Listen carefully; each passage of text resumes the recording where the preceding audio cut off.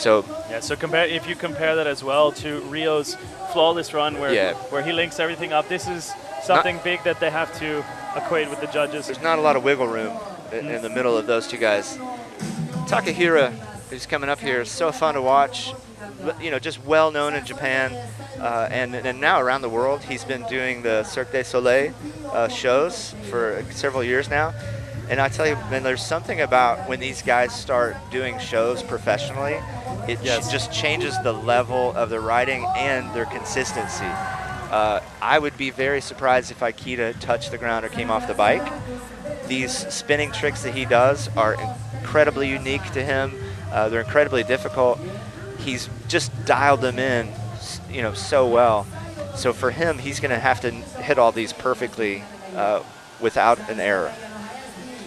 Look at this. This Sometimes is so, he'll get down. So unique, and then he goes down, grabs the pedals. Whoa, took a handoff there. I haven't seen that from him. That's a little bit new. Doing it for bulk. Wow, really having as well the Japanese crowd behind him. You hear the stadium erupting out here in Hiroshima. Ikeda was here early practicing. You know, him and Moto. The Japanese were here at 9 a.m., 10 a.m. They've been here practicing all morning. We're about noon here in Japan. And so they've been here, man. They've been getting ready for this. Watch this jump over the bike completely. It's a totally different way of doing a decade than most guys do. That's one of his just signature moves. Travels a lot, rides for Ogio, which is, you know, good when you travel as much as he does. Ogio Golf, I hear. Watch that transition to the back wheel. Yeah, the Japanese crowd loves watching him. He's great at involving the crowd. You know, you'll watch him when he hits a trick, wave to them, take his hat off in the middle of tricks, go behind his back. He's really fun to watch. Crowd pleaser. But this is something that you say, doing so many demos and working into shows professionally, you get so much more time, not just on the bike, but in front of an audience. And I think that's some of the big mental issues that athletes have to deal with going into these professional contest formats. Is you have stadiums of people changing. Whoa. Holding on to that. We'll call it a contest. Little bit of a hand plant.